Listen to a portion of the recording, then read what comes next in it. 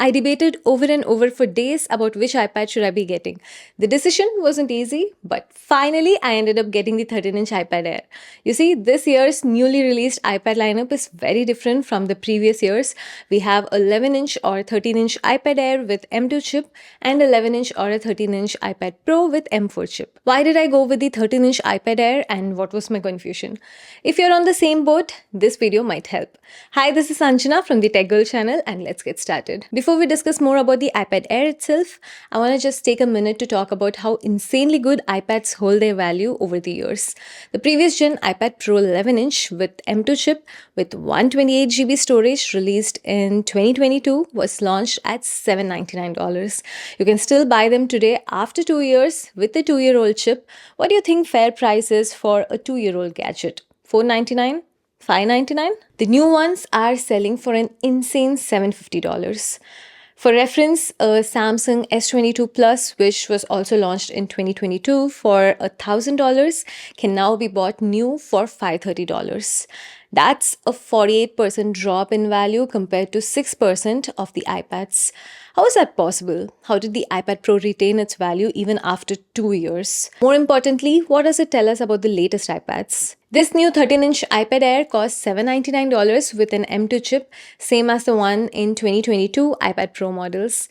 Why did I end up buying this over, say, a new 11-inch iPad Pro with M4 or even the 13-inch iPad Pro with M4? I'll talk about the differences in tech shortly, but this is what I use the iPad for.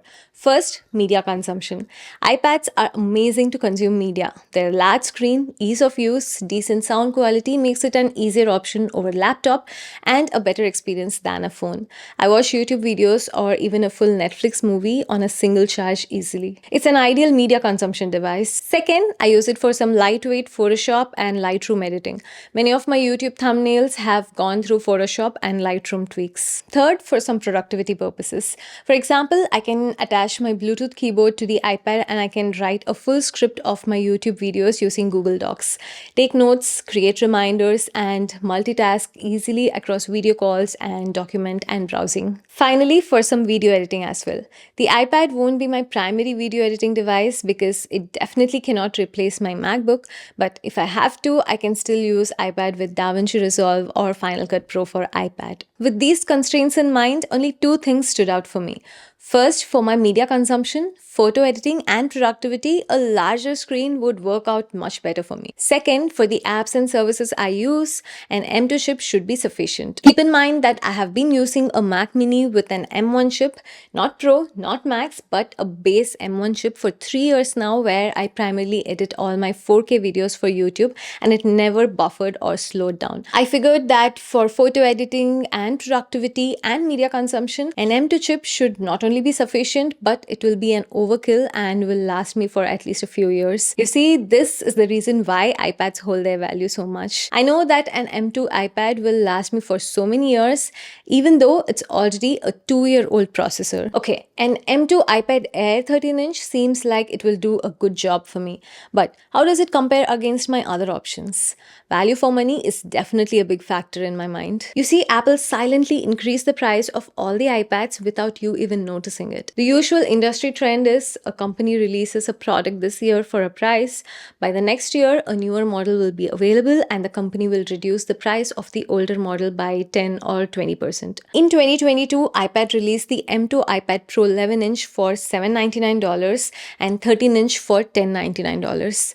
After not 1, but 2 years, instead of reducing the price by 20% or more, they introduced a similar model at the same price, the iPad Air 13-inch for $799, and now they are selling the iPad Pro 11-inch for $1,000. How come a tech gadget did not get a price reduction after 2 years? Okay, I said a similar product when comparing M2 iPad Pro launched in 2022 versus the new iPad Air 13-inch. But in many aspects, the iPad Air 13-inch for the same $799 is a worse product than the iPad Pro launched in 2022. Wait, how is that possible? A product launched in 2024 is worse than a product launched in 2022 for the same price? For the most part, yes. Let me break down it for you. Let's compare a 2022 iPad Pro 11-inch versus a 2024 iPad Air 13-inch. Obviously, the screen size, 11-inch versus 13-inch, is a plus for the 13-inch. In terms of processor, both the 2022 Pro and 2024 Air sports the same M2 chip. Same performance, mostly the same thermals, same cores, and so the same experience. So it's a tie. How about the display? Other than the screen size, the 2022 iPad Pro has a 120Hz ProMotion display. The 2024 iPad Air still only has a 60Hz display. If you have not used it, the 120Hz is definitely way better in terms of perceived iPad power. But more importantly, when every single manufacturer in the world gives a 120Hz display even in their budget phones, Apple is still using it for marketing purposes and making people buy their more expensive devices. They both have the same max brightness for similar media viewing experience, but the 2022 iPad Pro has 4-speaker system instead of a 2-speaker system on the 2024 iPad Air. The media listening experience is definitely better on the iPad Pro. Another big thing that I miss with the new iPad Air is that there is no Face ID for unlocking. The 2022 iPad Pro has it. I thought that the Touch ID should be good enough, and who cares about an extra 2-second delay, but it gets especially difficult when the Touch ID is at the odd spot, while the only thing I could think of is how easy the Face ID would have been. Another thing lacking in the 2024 iPad Air, which I honestly don't miss, is the extra ultra-wide camera, which is there on the 2022 iPad Pro.